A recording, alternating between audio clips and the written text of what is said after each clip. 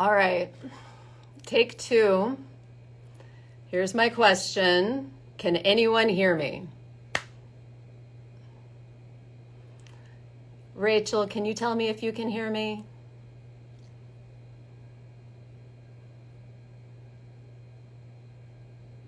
Sound. Okay, great. Awesome. Woo! Just a little bit of technical difficulty and we're back. Here we go. So I'm waiting to have Jason join us and then we'll get to work. Which I've never added anyone to an Instagram Live, so we're going to find out how this is done.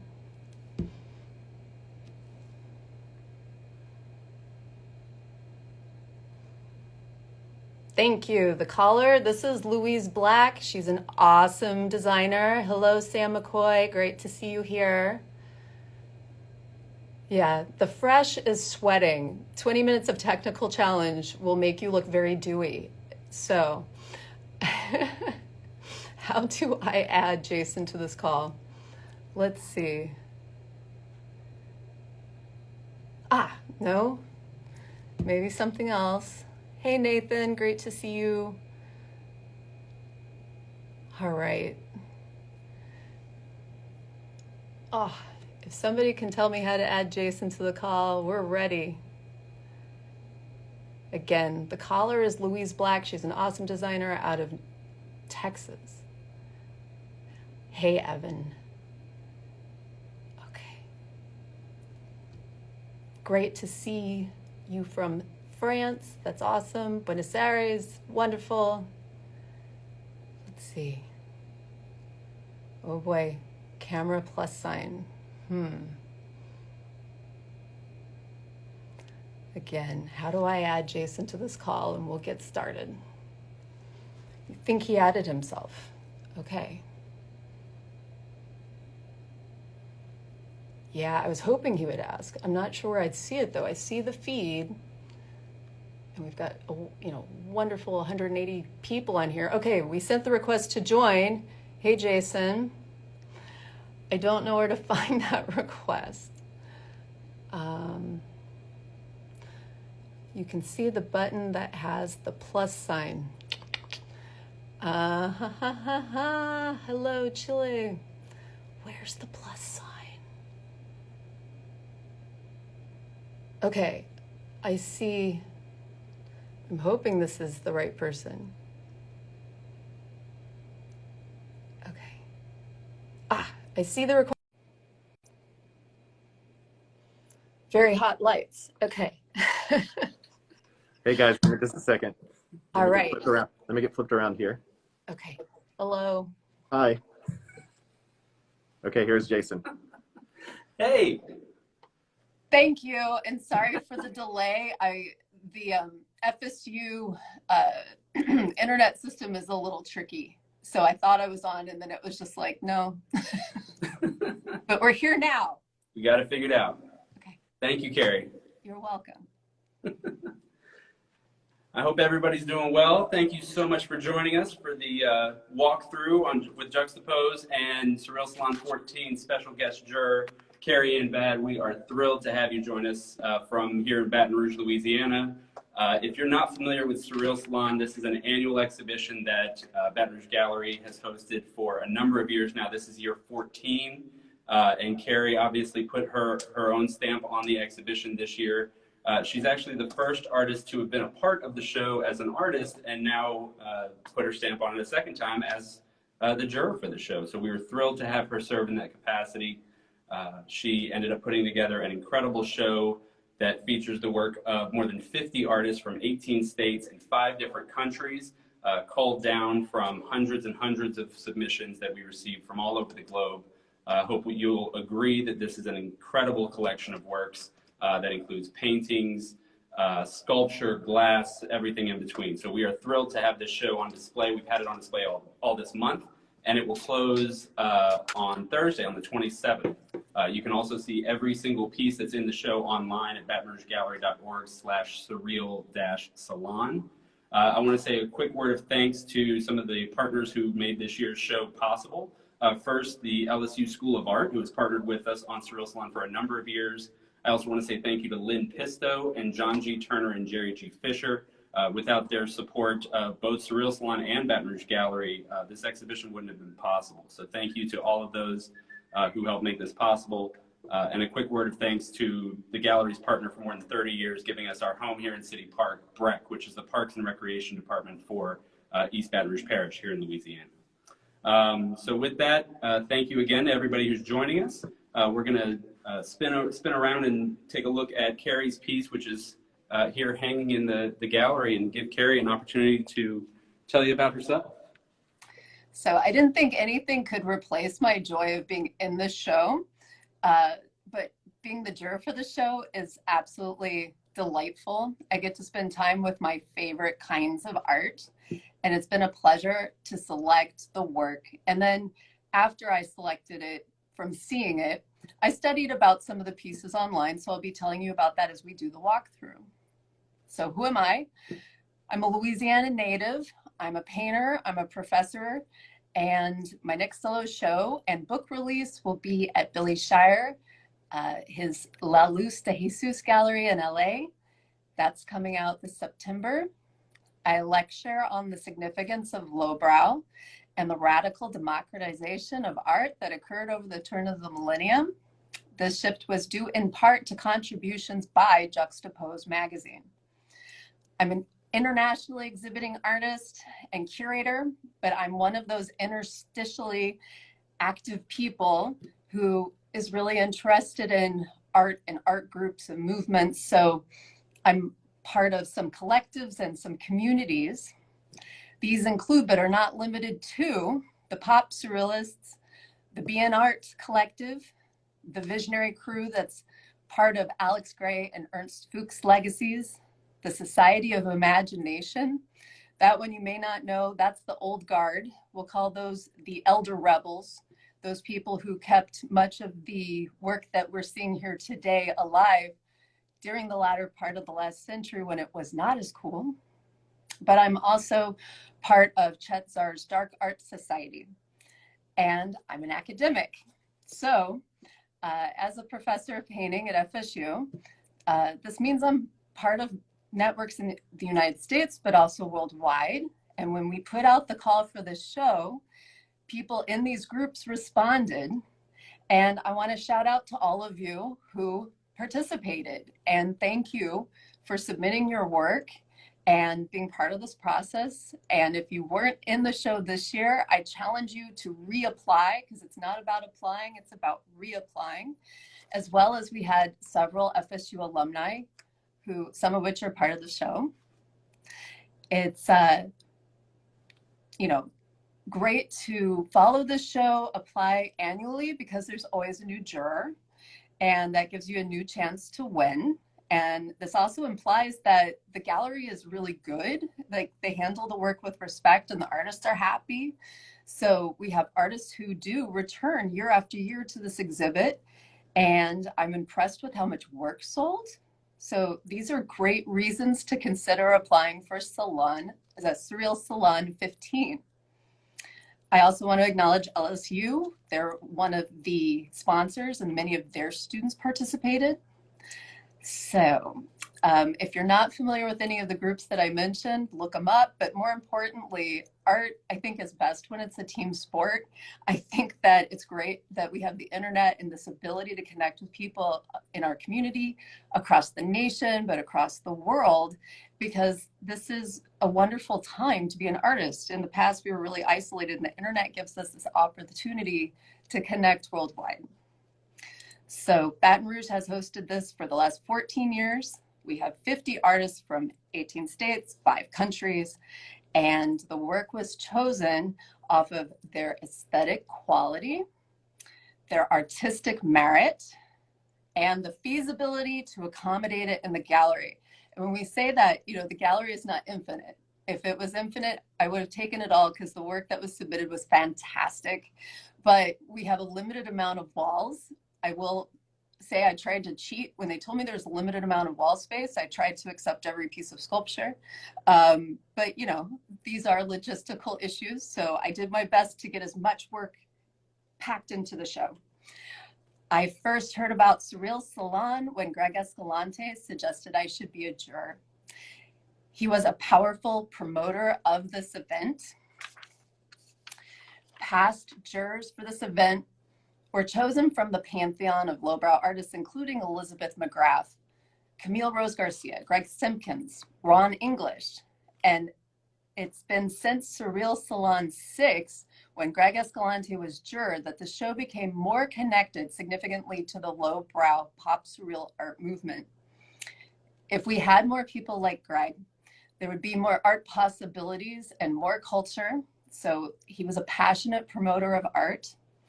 Escalante was a respected collector, a gallery owner of Copro Gallery, as well as Gregorio Escalante Gallery, a publisher. He is credited, along with Robert Williams, as one of the co-founders of Juxtapose.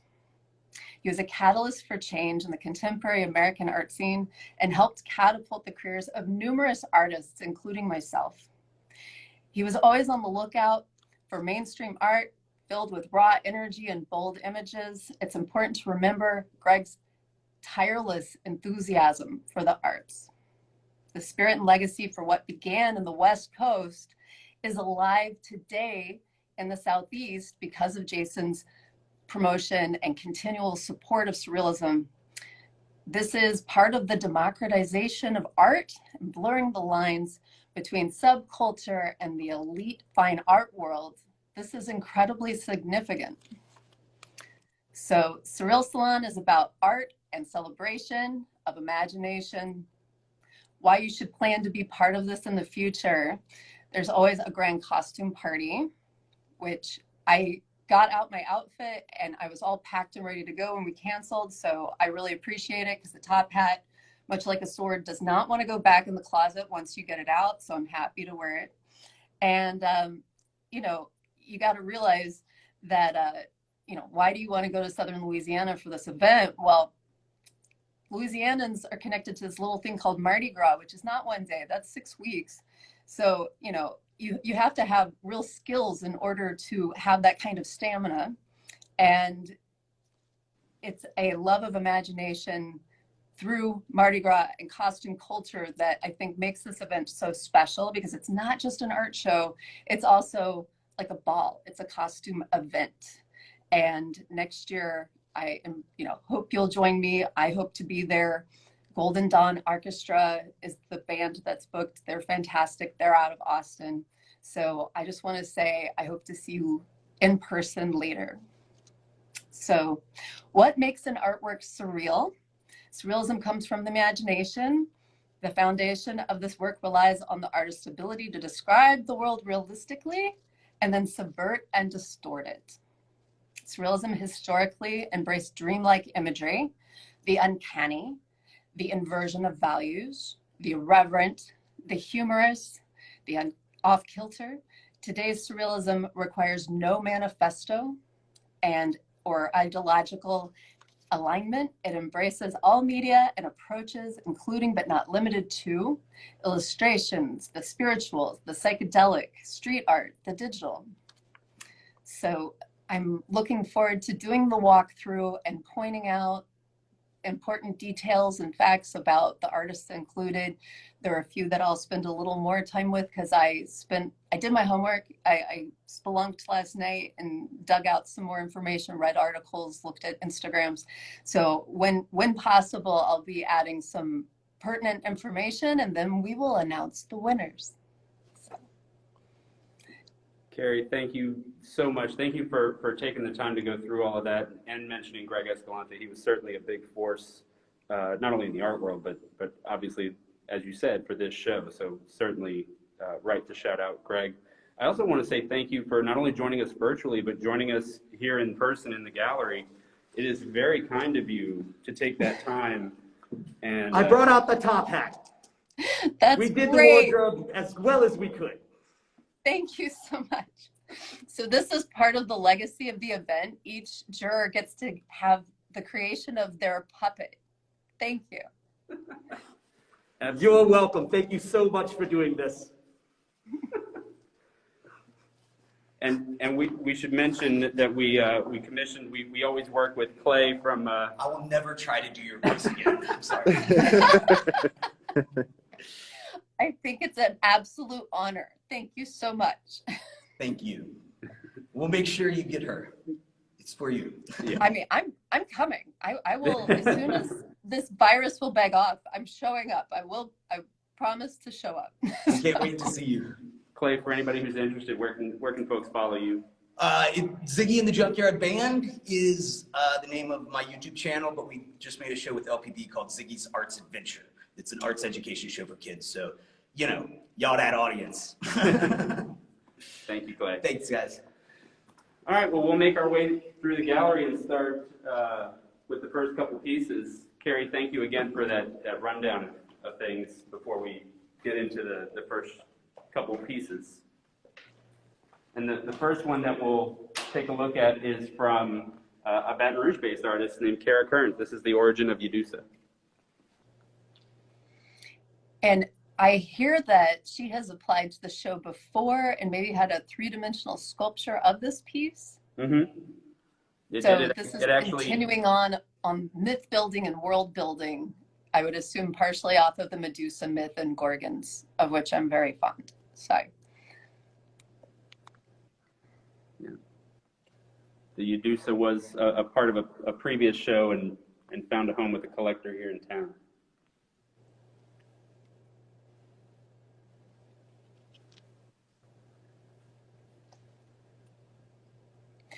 I thought it was also really wonderful how many textile and fiber-based artists applied to the show. I think it really lent to the diversity of media that we could represent under the lens of surrealism. And again, if anyone's interested in seeing these works, getting a better look at them, you can find them all online at batonrougegallery.org/surreal-salon. And your comment about textile works is a perfect segue into the next piece from Jane Tardeau from New Orleans, another Louisiana artist. This is Cat Island Adventure. So this is an incredibly complex piece. It does speak to why we need to see art in person. There is an amazing amount of complexity and detail in this large scale applique. If you look up her website online, you can see that she has specialized in embroidery and a variety of patches, but this is really a masterpiece, a masterwork of incredible, fun, hilarity, and splicing hybrid cats on humans. The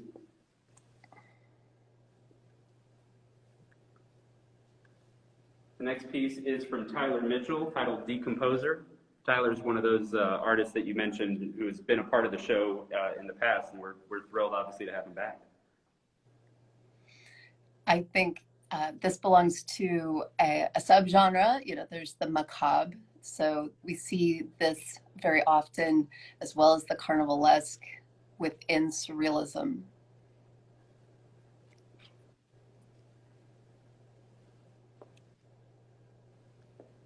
Next up, one of the pieces that I believe you wanted to highlight a little bit from Vanessa Powers. This is titled Lineage. So if I'm not mistaken, Vanessa is from Brooklyn, and she received her BFA from the School of Visual Arts in New York. She's an artist, among others, that are in the show that exhibit at Arch Enemy. And I thought there was a really beautiful balance of the nature and longing balanced with this urban environment, the city. I see some kind of comment on the life spirit and being healthy versus being alive versus potentially being self-destructive. I was able to be informed that this piece was very popular in the gallery. A lot of people really connected to it. And I think when you see that composition with the arms, it really lures you in.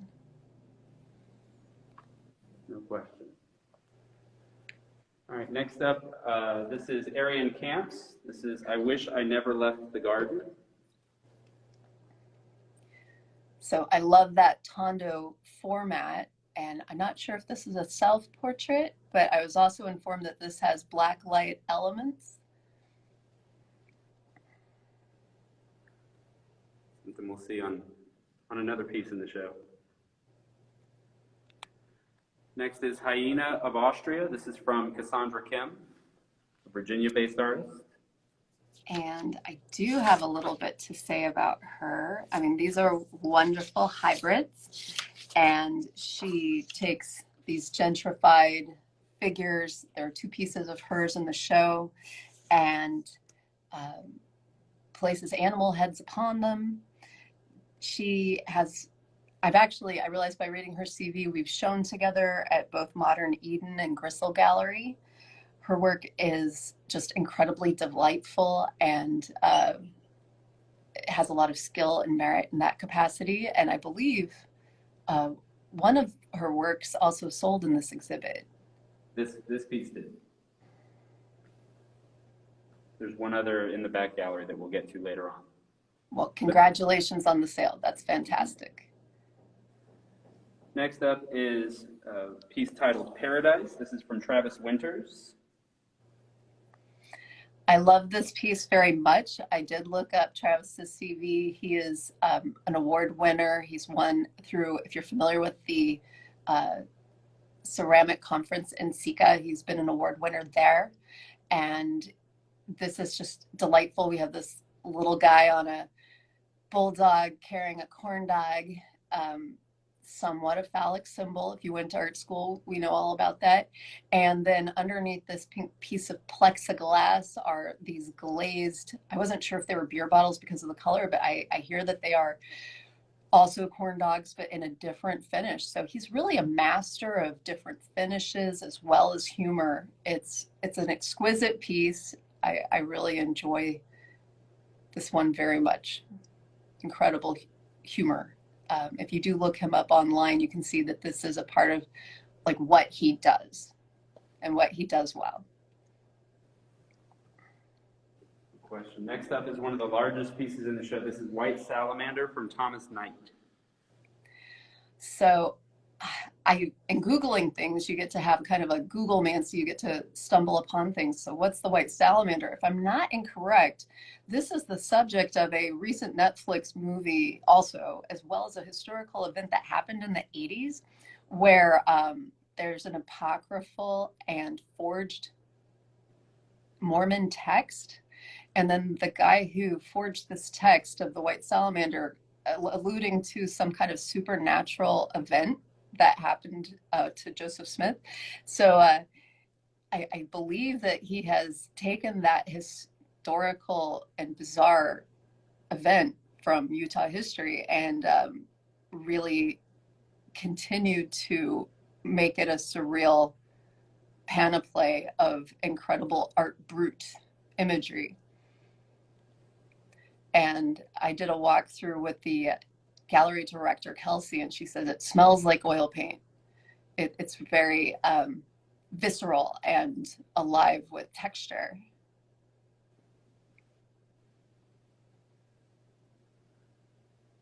All right, as we make the corner here, the next piece is The Last Supper from Taioa Lili.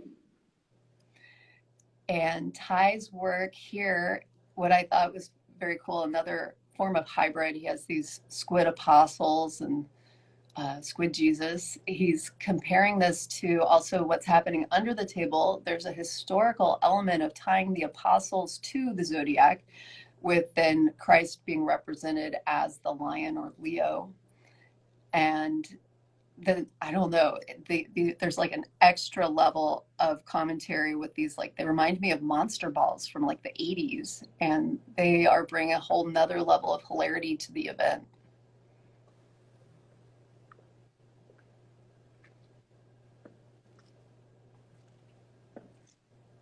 All right, next up is Nathan Perry. This piece is titled Warlock. So in reviewing the work, I thought it was great to see some work is very hard-edged, more out of the illustration tradition or maybe the miche technique, where I felt like this was far more poetic and evanescent. You can almost hear it playing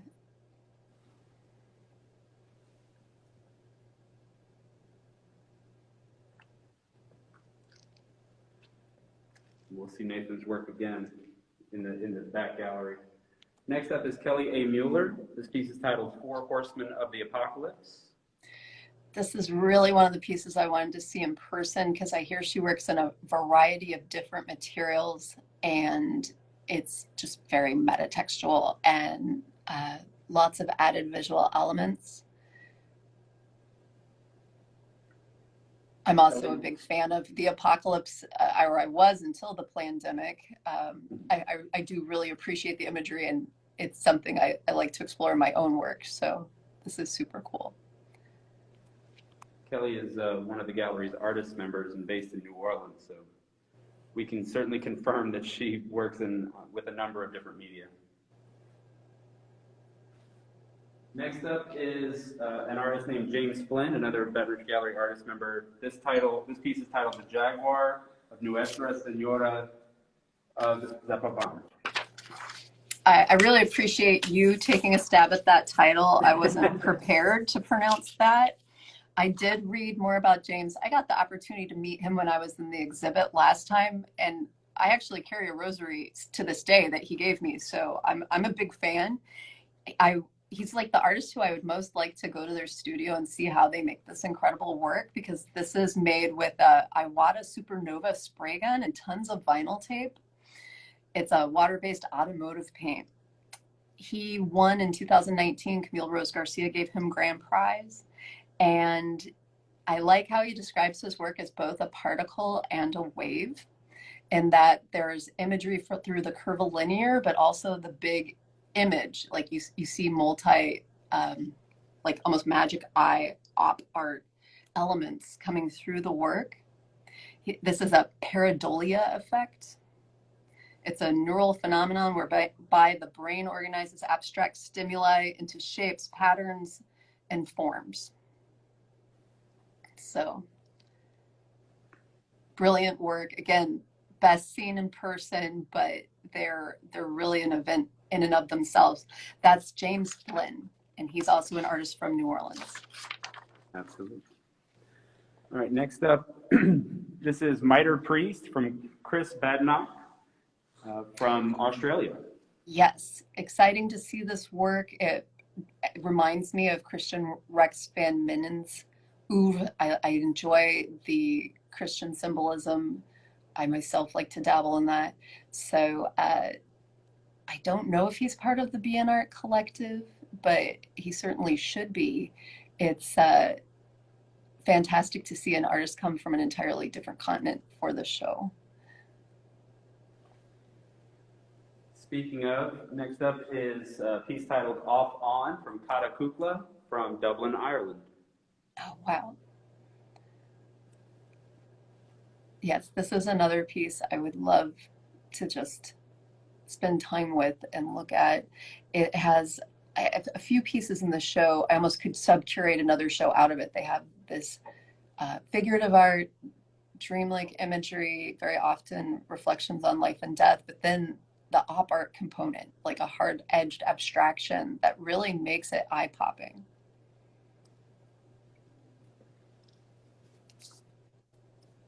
Another international artist from Canada. The next one is Frank Forestall's Temptation. Okay, give me 1 second. I did look up Frank.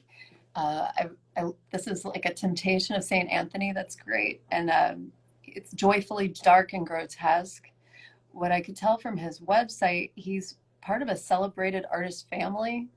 In some ways, I would love that. And in other ways, I can imagine that's challenging to carve out your niche for yourself. And he, his work is rife with mythology and symbolism, incredibly detailed.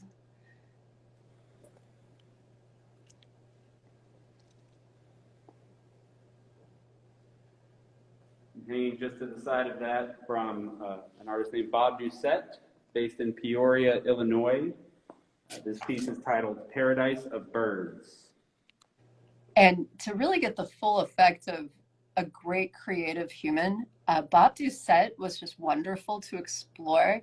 You can even follow like part of his career on IMBD. He is a successful puppetry person has a background in theater work, but like also is a successful animator doing work for PBS, but also Tiny Toons and Animaniacs. So my mind was blown with realizing that this person can also paint. He's oozing with creative mastery. I would consider this like our quintessential pop surrealist piece. He also has an MFA. His thesis film was called The Pink Triangle. It was an animated film to depict persecution of homosexuals by the Nazis. Bob has just got to be one of the most interesting people I've come across in recent history. He has a BFA from Rhode Island and an MFA from Cal Arts. He studied illustration and animation, and I want to meet his cats, who are named Gingerbread Princess Pumpkin Head and Little Lord Boo Boo. I definitely fell for his biography. So. Awesome. Next up, we're going to look at the work of Eric Hamlin, a California-based artist, titled Generous Benefits Package. And this one we may need to get up close on because I'm so bright and this work is so beautifully dark with these fluorescent elements. It's incredibly haunting. Kind of an urban nightmare scenario.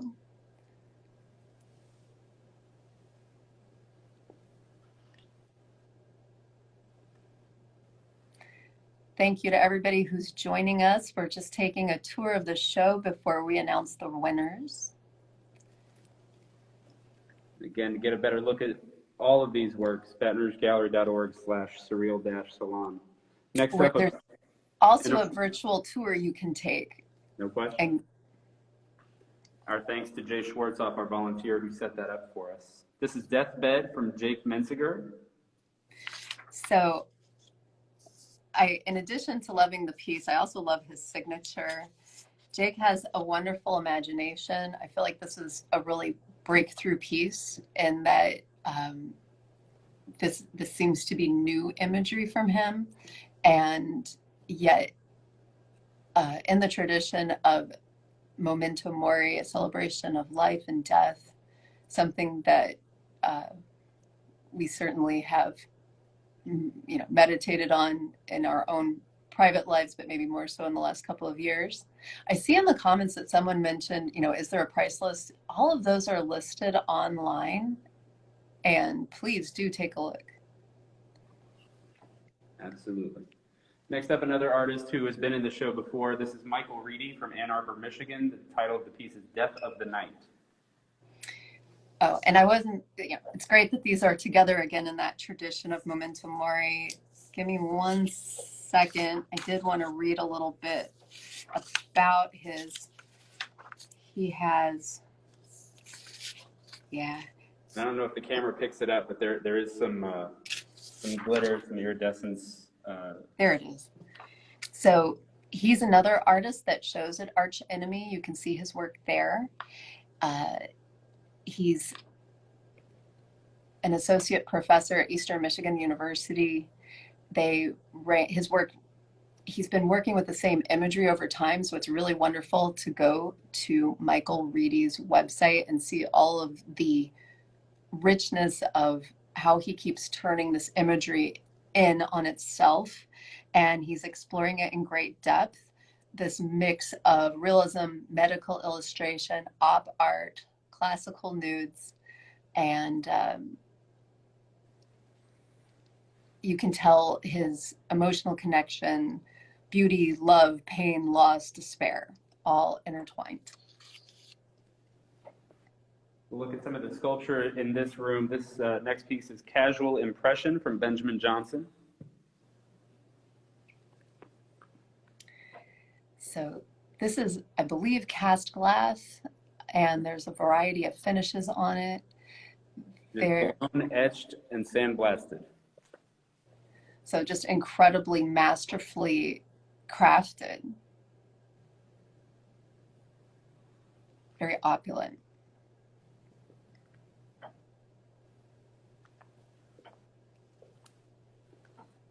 The next piece is another Louisiana-based artist. This is Samantha Jones. The title is The Girl in the White Room.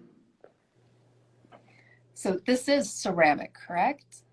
The legs are ceramic. The top portion is like a papier-mâché material.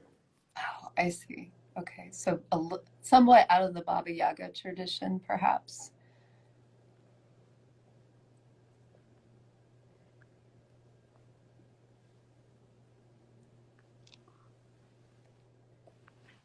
And I've spoken with Kelsey about some of your gallery director about the work that was, shipped, delivered.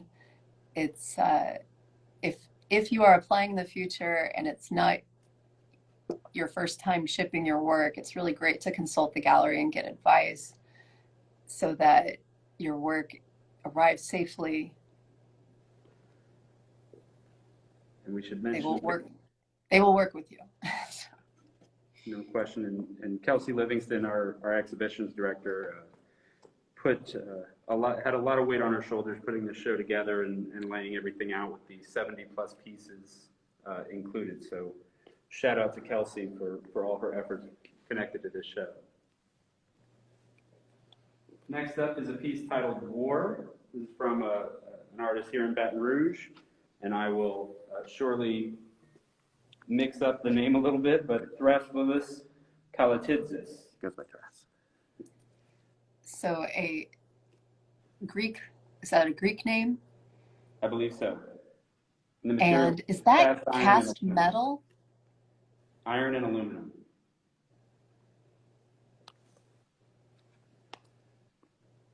So I like the mixture of forms, the aggressive, more puncturing versus the more feminine and rounds that are represented in these bell-like shapes.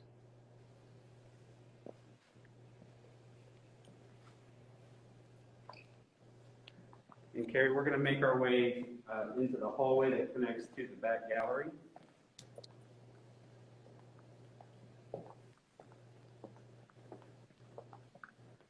And as we round this corner, the first piece we'll look at is Wheel of Fortune from Christina Lazar, a California-based artist. And I know Christina from one of the collectives I'm in online. So she's part of that visionary and contemporary shamanistic spiritual community. I thought this was just an incredibly powerful piece coming from her, very sensitive, incredible technique and skill. She's working with, the Wheel of Fortune from the tarot, which is something that's actively being explored right now. I also am part of a tarot deck project, so it was wonderful to see this oil and egg tempera piece coming from her. Next is The GPS Was Long Gone from Gerardo Blumenkrantz, an etching on paper. And it might be necessary to really zoom in to see the details on this one.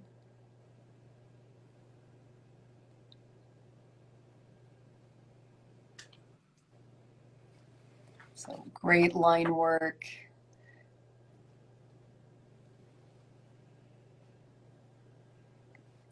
Some of the work being grotesque.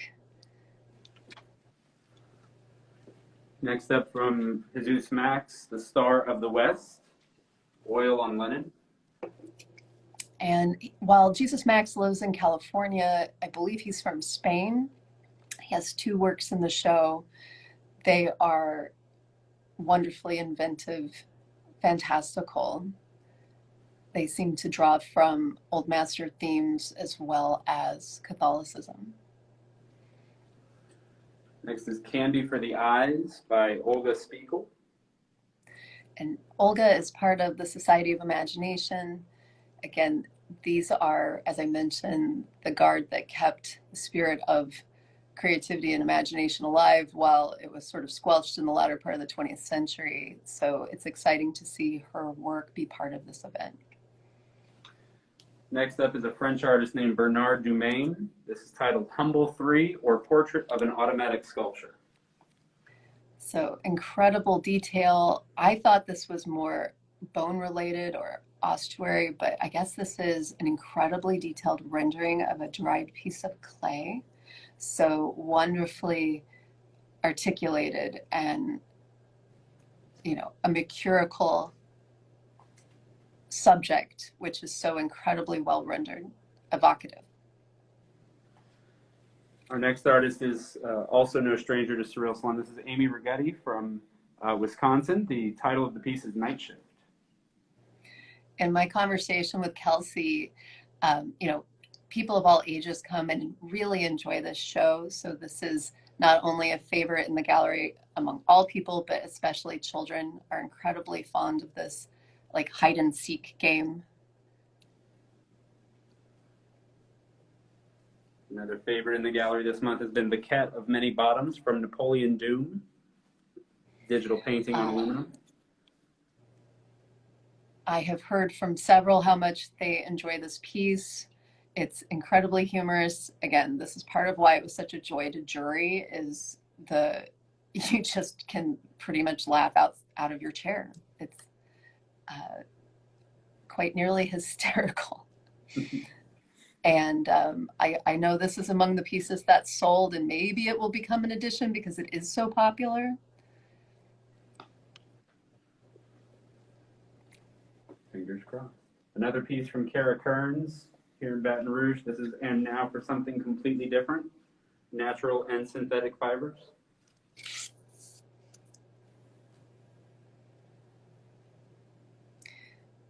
So very often when we're looking at surrealism, and especially contemporarily, we think of painting. So it was just really wonderful to be able to pick from such a large selection of work and see how it could be revealed in thread, revealed in embroidery.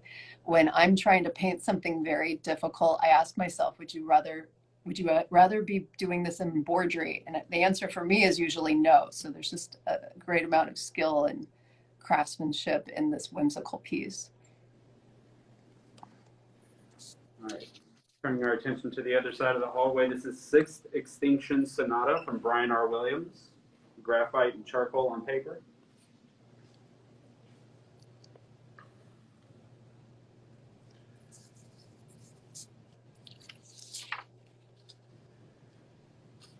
And then just beneath that, from Craig Thompson in Seattle, the Personal Savior Merit Badge. Blue-eyed Jesus flips the bird. Yeah, I would love this as a patch. I feel like we need this in a variety of formats because it's collectible.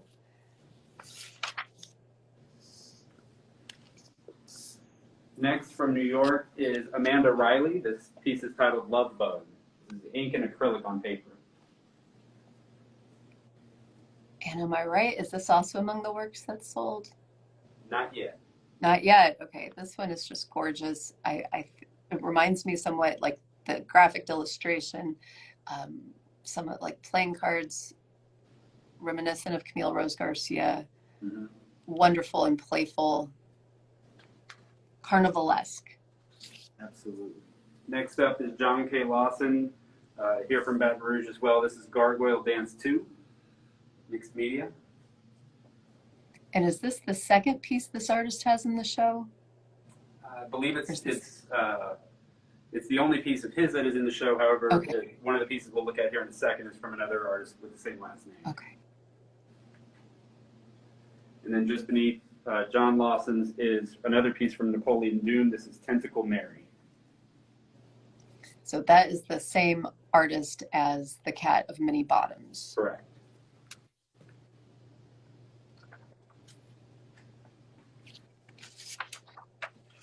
And just next to that, an etching. This is The Last Ducky Supper from Andrew Lawson in Midland, Texas.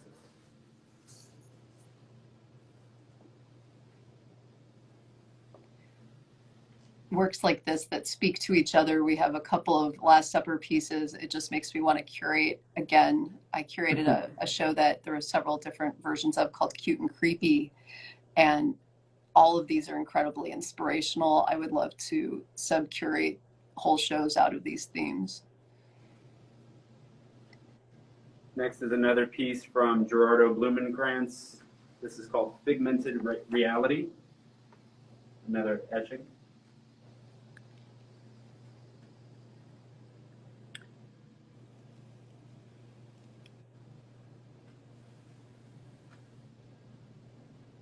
And again, you can get a better look at every single one of these pieces on Baton Rouge Gallery's website. We'll make our way into the back gallery. One of the things I wanted to point out was every year when we send the works over to the Surreal Salon juror, the juror does not see the names or where the artist is from, so it really is a blind jurying process.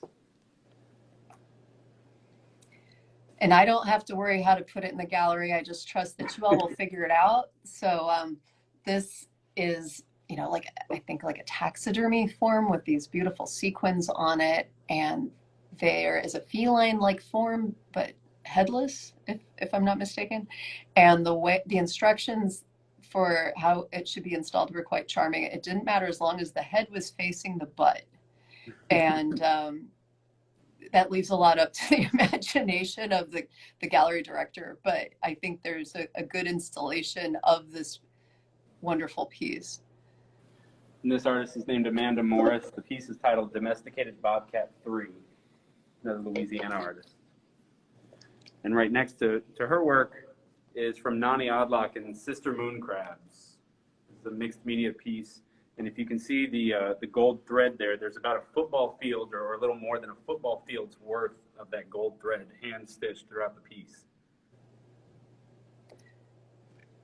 Noni just had a solo exhibition at the gallery, and this is among, you know, her beautiful works. They're mixed media, multi-dimensional collage, but also with embroidery.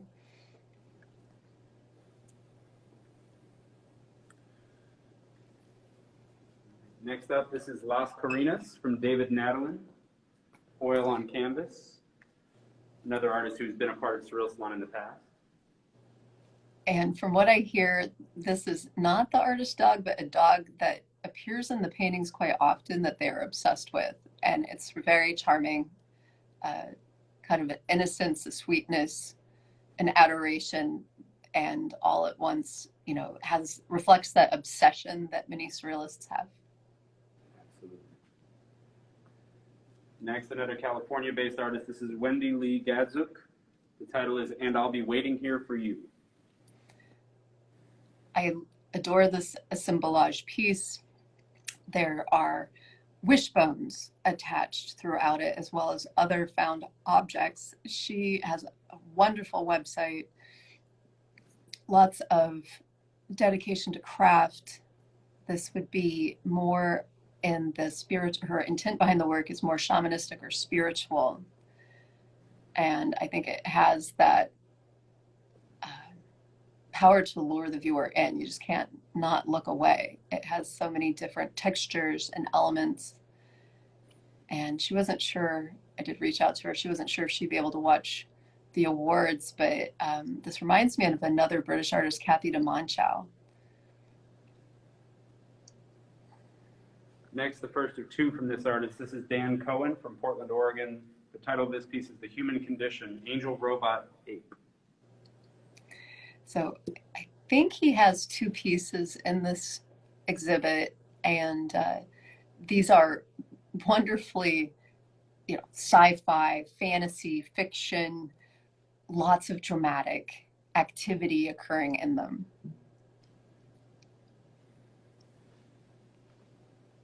Next, we've got a second piece from Kelly A. Mueller. This is Seraphim 2020, Man. Yeah, I love the use of color. They have a similar tonality that reminds me of batik, but yet all of those disparate materials coming together to make this whimsical piece. And then just beneath it from David Katzman is The Egg, All Things Are Alive 21. And is any part of that cut away, or is it all? It's all drawn right onto the paper. Okay, thank you. Mm-hmm.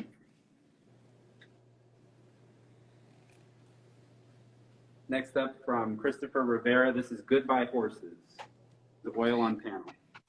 And this is what you can never be sure of. You're juring, and the piece might look recognizable. This is actually one of my own students from FSU. So Christopher Rivera is a wonderful artist who's working with juvenile imagery, toys, reflections on popular culture.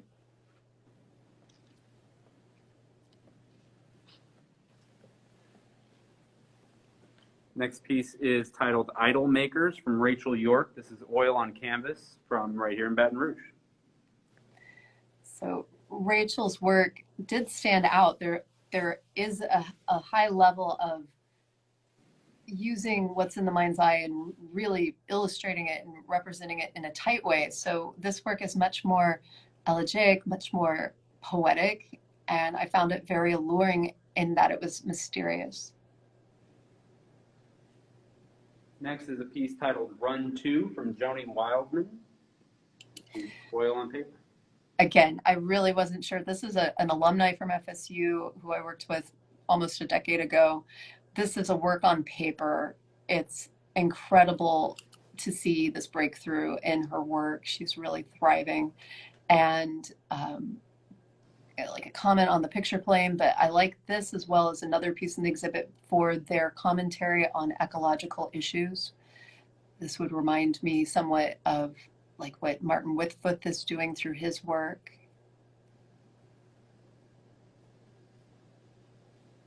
And that piece sold, right? It did. It did. So congratulations, Joanie. Next up is Bobducette from Christina Lazar. Another piece from an artist we saw a little earlier in the show. Again, Christina, I know, has studied with, she also has a master's degree, but she's studied with the Miche technique, which is coming through the visionary tradition of Ernst Fuchs, which allows you to get those great details.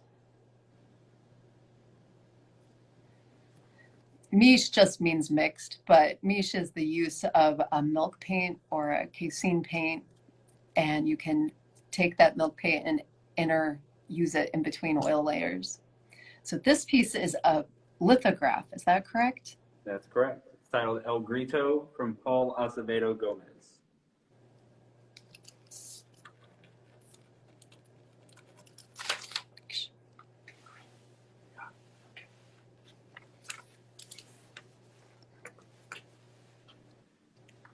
And the next piece we'll look at is The Palace of Love from Zeus Max, oil on linen. So that's his second piece in the exhibition. He's got an incredible facility with paint. Again, this is, I believe he's from Spain and it works in California. I love these pieces very much. I share this love of old master imagery, that clarity, somewhat like the Florentine tradition of Renaissance art, but with a surreal twist. Next is another piece from Cassandra Kim. This is Fair of Trout.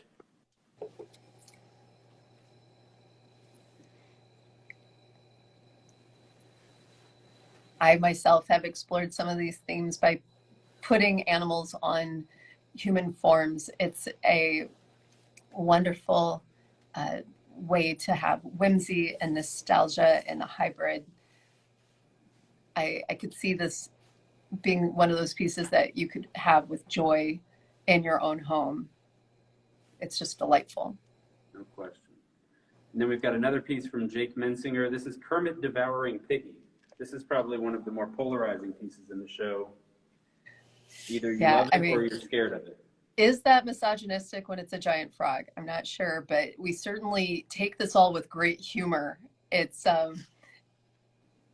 it was among those that you just, the first time you see it, you really have your mouth hanging open. It's like, is that happening? Is that what I think it is? I mean, what's happening there? And then next is Matthew Bailey. The piece is titled Precipice. This is oil on panel from Milwaukee. Yes, and this is, again, one of those ecological pieces. There are multiple vignettes. So within the frame of the house, he's drawing attention to different elements of climate change and disaster. And I believe that's a little Greta Thunberg down there. So really conscientiously exploring what's happening to our home, our world, in a very thoughtful way. I looked him up online, and I believe he's also a tattoo artist. It's great to see how people of great skill in one medium, working with that canvas of skin, also are great painters. Next is from an artist named Wojtek. This is The Last Butterfly, mixed media work. which also lends an element of humor, because that is a giant fly, right? It has a trompe-l'oeil element, and then I don't know, that level of humor is almost like Charles Addams or Lori Lipton. You know, what are we looking at? What is real? What are facts? How do we know what's real? That's definitely surrealism. Yep. This is Daemon, another piece from Nathan Perry. This is oil on canvas. And if I'd had more time, again, I'd look up everyone. I'd like to know more about this artist. I think the development of their imagery and their work in both pieces has, you know, dreamlike elements. And then we've got beautifully rendered. a second piece from Brian R. Williams. This is titled Night Fighter. This is graphite and charcoal.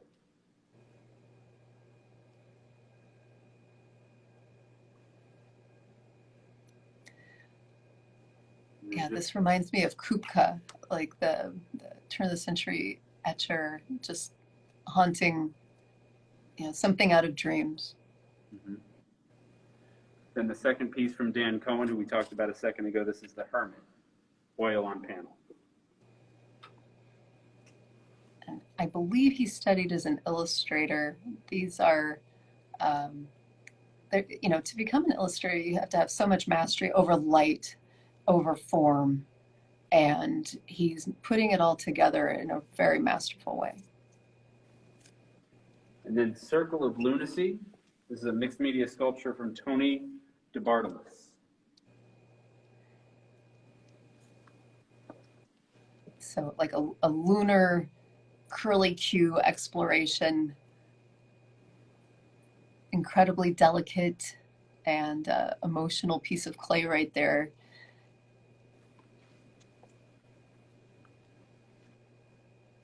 And the next piece is Next World Voyager from Moira Crone. This is a New Orleans-based artist.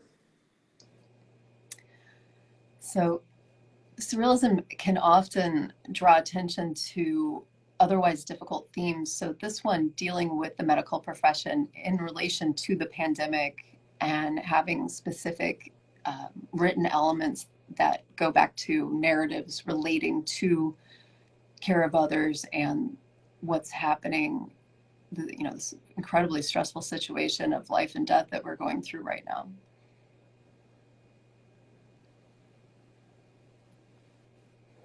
You know, elements of the plague mask. Mm-hmm. Next is from Marie Marfia. This is Forever Your Gator Girl, pastel on paper.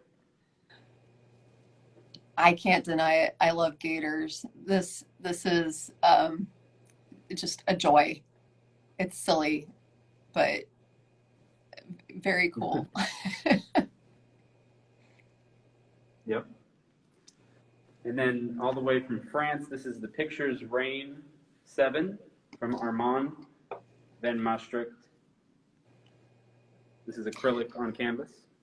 So more of a mashup of imagery, elements of popular culture, nice exploration and texture. A lot of activity going on there. And then before we take a look at some more sculpture, this is Time Whisperer from Wojtek from Buffalo Grove, Illinois. Yeah, I thought this one was just very feminine, very sensitive, dreamlike. While it's oil, it has that watercolor technique, so evanescent.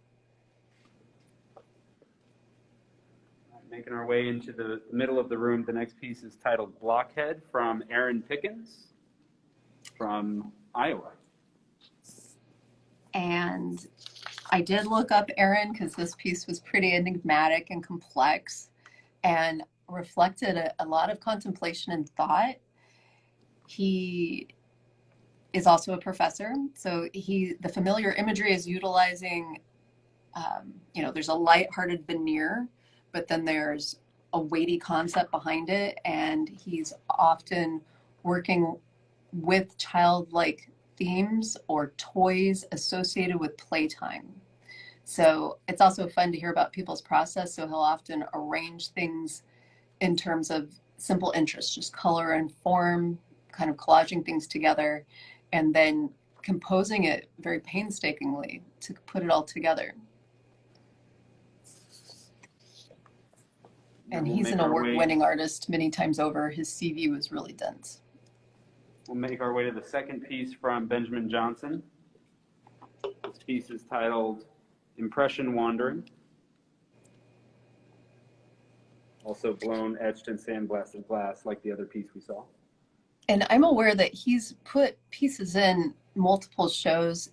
Do they always have this similar form? They do. So there's an element of exquisitely- like a handle and then an element of like a nest or something holding. Oh, that is changed. That changes or has changed over the pieces that we've seen as part of this show.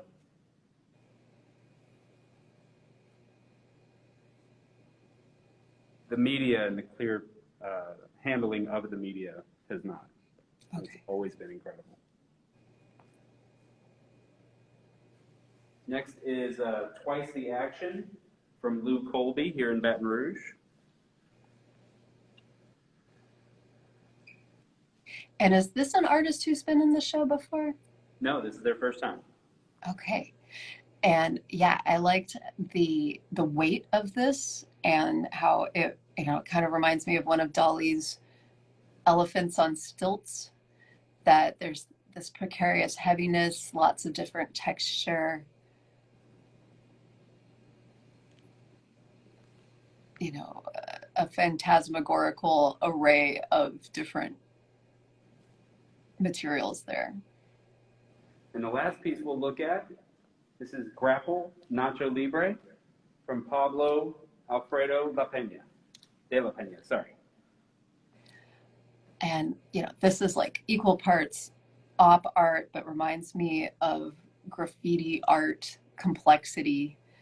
And it's very enigmatic. It seems like a puzzle, something you should decipher.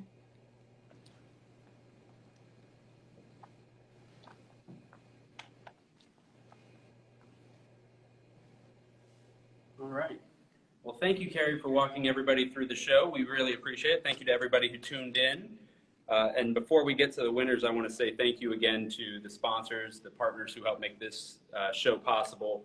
Certainly the LSU School of Art, Lynn Pisto, as well as John G. Turner and Jerry G. Fisher, and our partners at Breck for more than 30 years. So, but certainly thank you, Carrie, for not only giving us that walkthrough, but pouring through the hundreds of works that led you to the works that are in the gallery all this month. So thank you for all your efforts as part of Surreal Salon. My pleasure. Thank you. Absolutely. So what we'll do is give Carrie the opportunity to announce our honorable mentions. Carrie, if you have that information with you, we can start with the honorable mentions, and then we will make our way through first, second, and third place.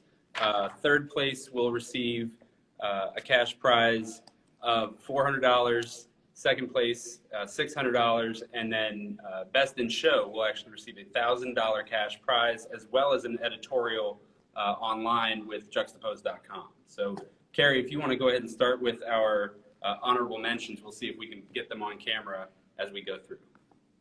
In preparing to, you know, speak about the work and diving into the history of the show more, it might be nice to have all of those past winners' features put somewhere, because they're really great articles. You find out so much about the artist, and, you know, I can say for myself, sometimes you want things in print, and sometimes online gets more readership over more time. So it's just a really nice opportunity to promote the work, and the level of sophistication, like what's written about the work, you can see what was said before, and then really amazing details come out of these interviews.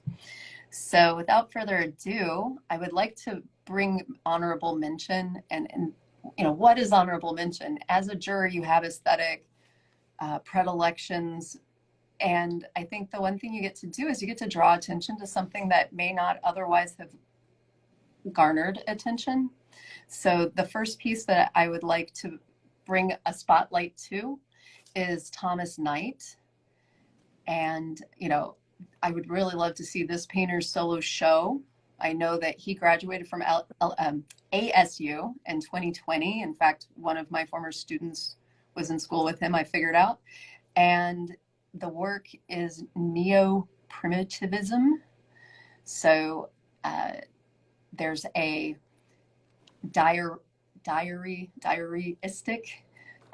recording of hourly psychic emotional states recorded directly into paint. So as I mentioned, this is the white salamander, that controversial Mormon story about that involves murder and forgery.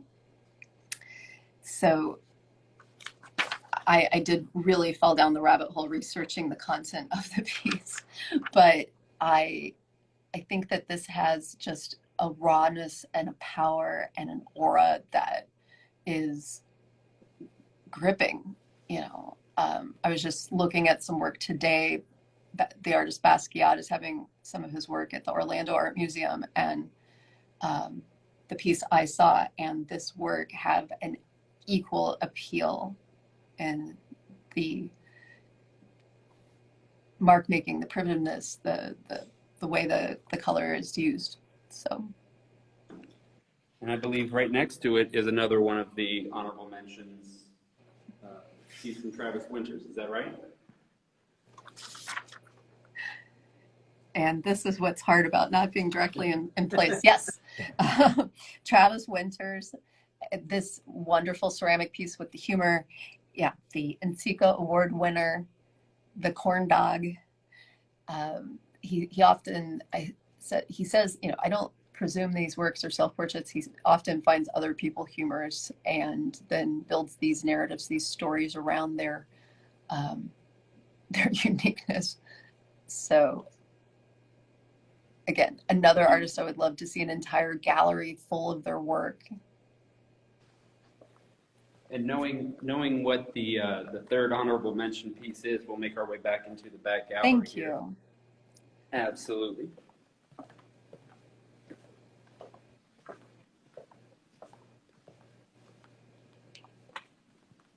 Thank you to all the artists who are commenting. It's great to see your support of each other. So this is a piece by Rachel York, and we want to reconfirm, like, I view these works without, you know, sometimes as a juror, and I've been a juror many times, you're given the CV and you look at the whole oeuvre, really, of the artist in relation to what you're saying. This is a cold read, so I do think, is Rachel part of the MFA program at LSU? I believe that's correct. So she's currently in, and when you're in an MFA program, your work is radically changing. You're undergoing a transformation. And I think this is a breakthrough piece from her, from what I could tell of her work online, and a really exciting one. It has a Goya-esque intrigue, like the Capriccios. This has, you know, there's some kind of inquiry and inquisition going on. There's, you know, a mysterious gathering in the woods. I was really drawn in by this piece. And again, particularly because it was so different than all of the other work in the exhibit. All right, and we will make our way to our prize-winning pieces. Carrie, do you want to announce the third place honoree? Third place goes to Wendy Lee Gadzook, and I'm very proud to draw attention to her work through this third prize. She is part of Chet Zar's Dark Art Society, and in looking her up, I was able to find out, if you're not familiar with it, Chet Zar has this fabulous podcast, and she is episode 214. I'm looking forward to listening to it when I'm in the studio next. There's a quote from her website I'll share. She is very sensitive to the small, delicate beauty in the world that so many of us pass over.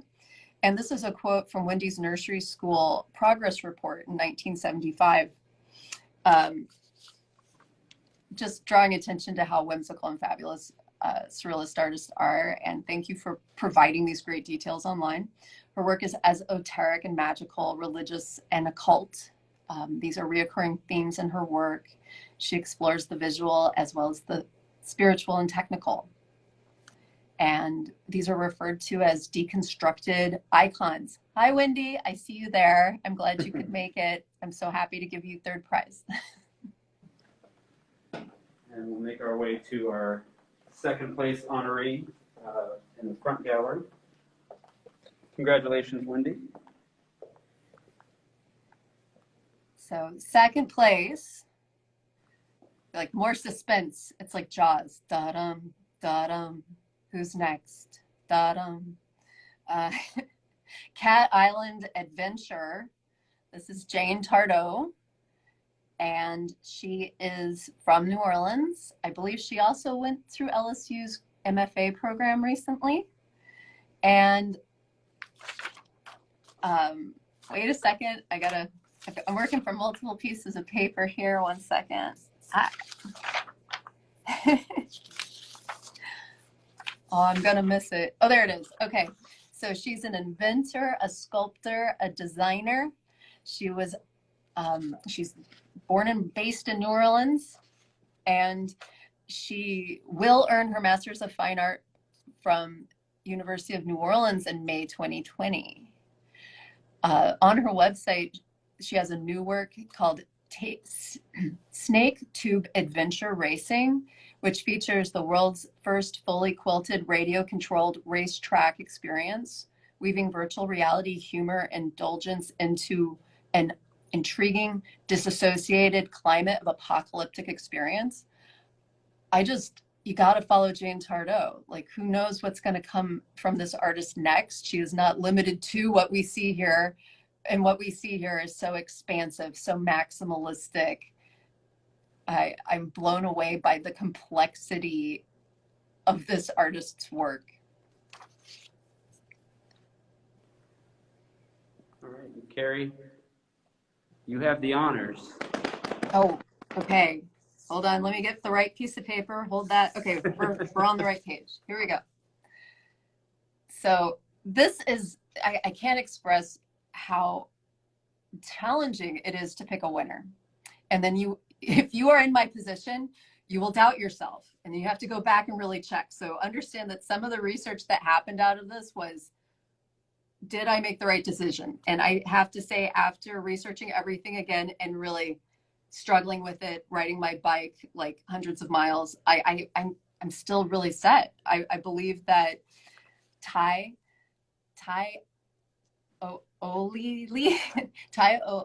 gotta try it again. The first part sounds like Iowa, he says. So Tai O Lili.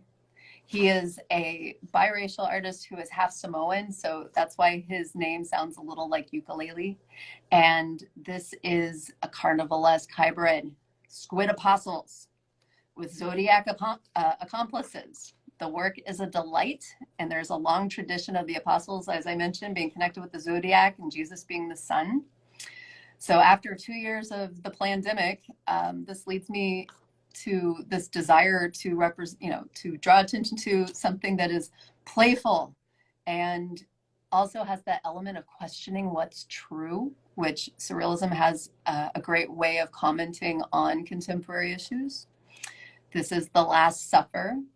And one of the reasons that I felt absolutely compelled to give this award to Tai is that he's a ballpoint pen artist. Ballpoint pen would often not get you through the front door.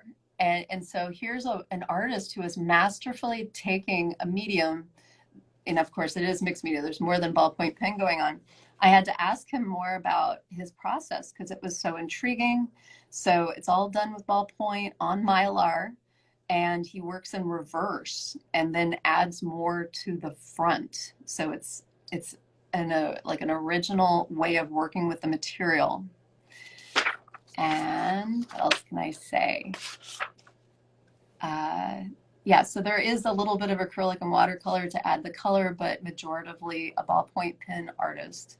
I love the tedium, the eccentricity, the grittiness of it. It's edgy, it's charming.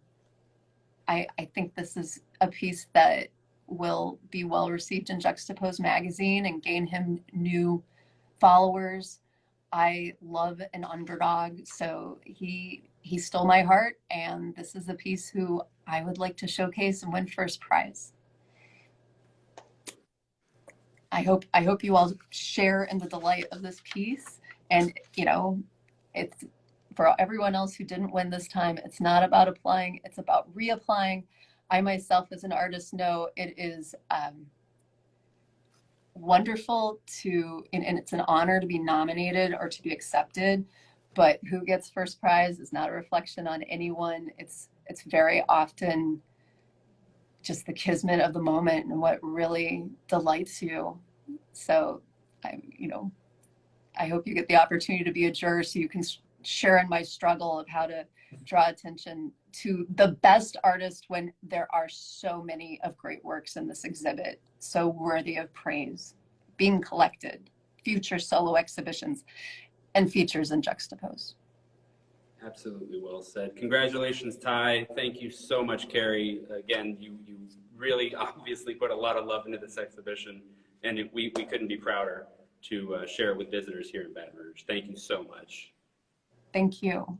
And yeah, I feel like I've found a lot of new people to follow. So you may have noticed, like, I'm following you forgive me, unless you put food on your Instagram. I don't follow people who post pictures of their food. It's my one pet peeve, but I'm following everybody else that I can. And if I have the opportunity, I hope to jury people again. I hope to be in exhibits with you. I'm one of you, so it's exciting to be in this genre and continue to make in such a wonderful place. Great imagination. Well, thank you again, Carrie. We really, really appreciate it. We want to say thank you again to all our partners and sponsors this year. And certainly thank you to Juxtapose for allowing us to take over their Instagram and bring this walkthrough to you. Juxtapose has been incredibly supportive of this exhibition for a number of years. So we really want to say thank you to Evan and Mike and everybody over there at Juxtapose. If you want to take another look at the show, take another look at any individual pieces, please head over to batonrougegallery.org/surreal-salon. The show will be up through Thursday, and then it'll come down and we'll get ready for our next exhibition. So please take a look online. Thank you again for joining us. Please, if you don't already, follow Carrie, follow Baton Rouge Gallery at BR Gallery, and hope you've enjoyed Surreal Salon 14. Thanks so much. Have a good night. Good night. Thank you so much. Thank you again for all of your patience, Evan. I really appreciate it. And all right, I'll learn how to dismount, but thank you, everyone. Thank you again. It was wonderful to see you all here.